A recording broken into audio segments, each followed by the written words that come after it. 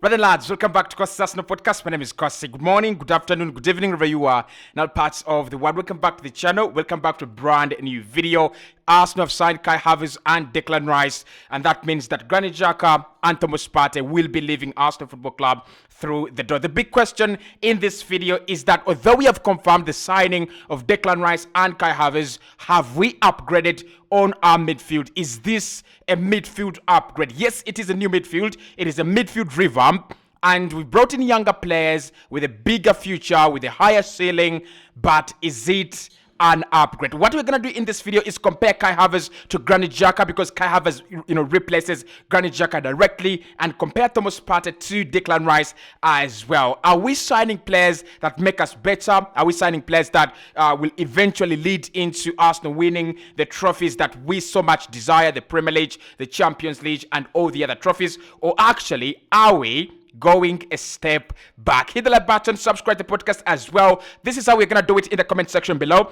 If you think Kai Havertz is an upgrade to Xhaka, type Kai is an upgrade. If you think Declan Rice is an upgrade to Partey, type Rice is an upgrade. But if you think Partey is the better player, just type Partey is better. And if you feel Xhaka is the better player, type Xhaka is better. As simple as that. Hit the like button as well. Let's get this one to 500 likes. Now, today, Arsenal have submitted their 105 million bid accepted, and there is a verbal agreement in principle with West Ham to sign the player himself, Declan Rice. Kai Havertz has already been leaked in a video and has been announced by Arsenal. We're just waiting for the formal announcements to be coming out. But Arsenal's new midfield next season is going to be Odegaard, Declan Rice, and Kai Havertz. So it will replace the midfield that we so much love and we are so much accustomed to seeing every single season. Partey, Xhaka, and Martin Odegaard. And I'm going to say this, I don't think we have replaced our midfield because it doesn't have the potential to win a Premier League. I just think Mikel Arteta's just gone, I want to be safe. I want to bring in players that have the ceiling and can win me multiple trophies, right? I think Partey and Xhaka can only take you so much far.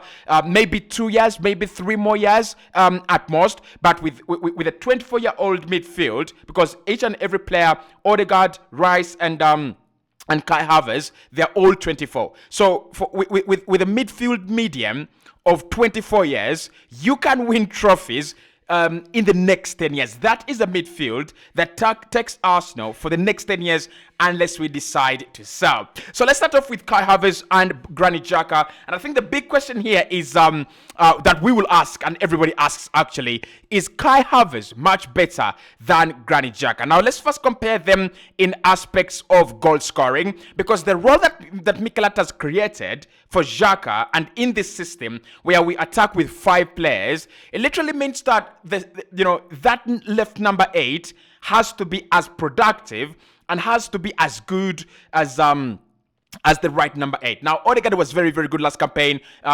engaging in 25 goal contributions in the whole season, scoring 15 and assisting 10. But with Granit Xhaka on the left-hand side, only scoring 7 and assisting 7. Now, and I want to tell you that those were his record numbers, okay? In terms of playing for Arsenal, in terms of playing football in Europe, Xhaka has never recorded more goal contributions at Borussia Mönchengladbach and Arsenal combined in a single season. So when we talk about goals and the new role, I think Mikel Arteta has got this one spot on. Although Kai Havertz has not been really scoring very, very many goals, and he has a problem of underscoring his XG, you look at the numbers. These numbers are between 2018 and 2020 when he was still playing at Bayer Leverkusen. In his last season, 30 games, 12 goals. That is impressive.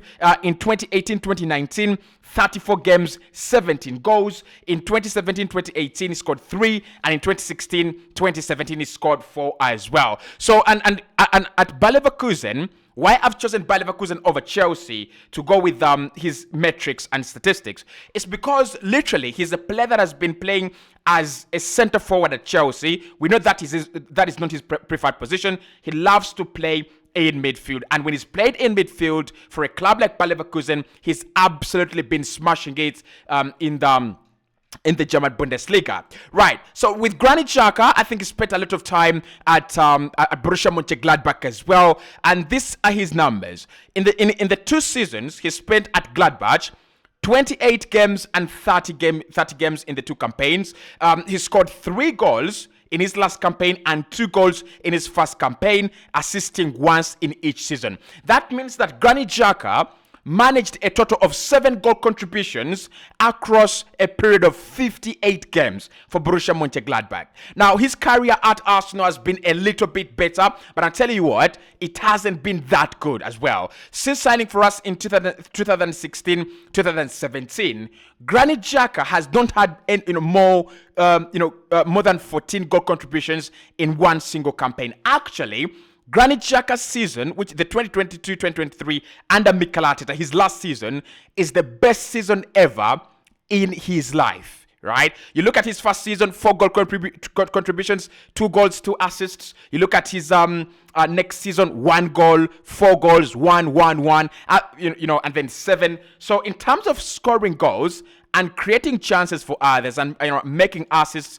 and playmaking, Kai Havertz is a much better player, and Arsenal have really upgraded in that area, because you look at all the teams that have been winning silverware, and you look at the number of goals they get from their advanced midfielders, Gundogan, De Bruyne, Barella. You look at the numbers these players are producing, and you've got to ask the question: are Arsenal missing out, by not having such a very complete midfielder in that position? Now, I've had debates of Xhaka is a very good presser. Xhaka is a very good player defensively.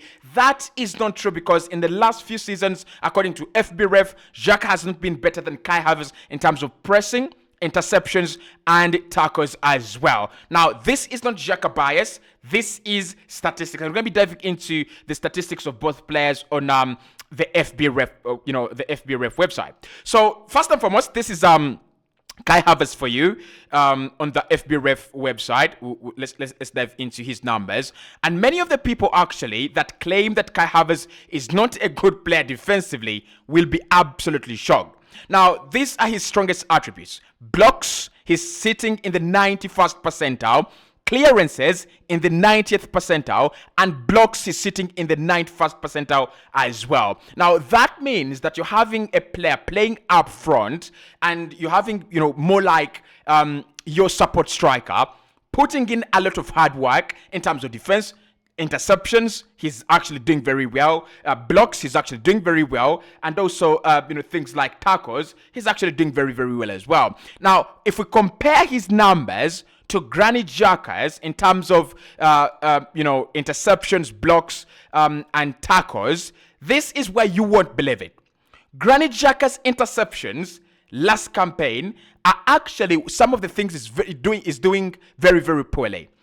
Only 0.43, 43 interceptions per 90, only 1.16 tackles, and only 0.8, 3, blocks per 90. This is according to the FBref website, and it's a trusted source for statistics. What does that mean? That means that in terms of going forward, in Kai Havertz, you have a much better player than Granit Xhaka. I think naturally Xhaka was built as a box-to-box midfielder, but one that doesn't give you a lot of goals and one that doesn't really score, but that kind of guy that keeps things ticking. Can we call him the Jorginho, right? The Jorginho prototype. Doesn't score a lot, doesn't create a lot, but really keeps things ticking, and that's why Xhaka is a very loved player wherever he's been, especially at Borussia Mönchengladbach. He's a leader, and he's such a force in the team. One thing I will miss about Xhaka that I don't think Kai Havertz is going to give us is the durability. Granit Xhaka, I want you to listen to this. It's absolutely true, and it's mind-blowing.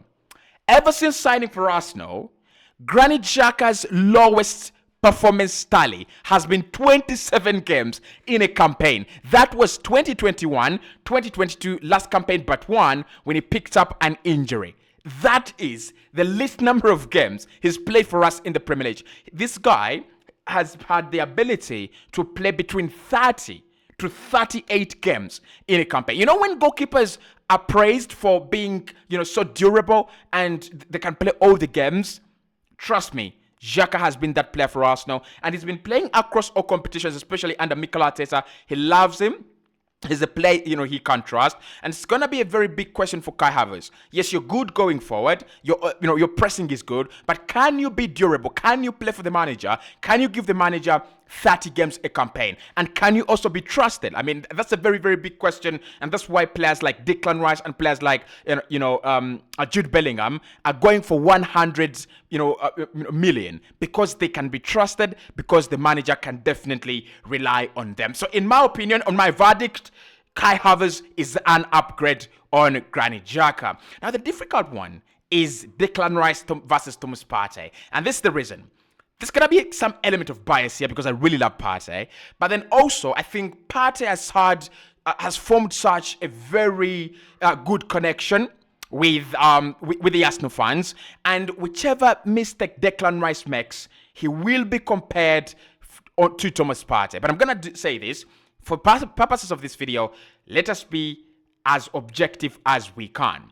Now, in terms of, I think it is useless to compare these two in terms of goals and assists, because to be honest, Partey doesn't create that much. Partey last season scored 3 goals for Arsenal, and I think assisted twice. Declan Rice scored 4 goals and assisted twice as well. So these are two players that are playing in roles and positions where you don't judge them by how much are they creating, how much are they scoring. But I think with Declan Rice, it's going to be such a very, very huge part of his game as he signs for Arsenal, that if you are coming in to replace Thomas Partey, and the modern prerequisite of that position is you have to be a ball player, you have to be on the ball all the time.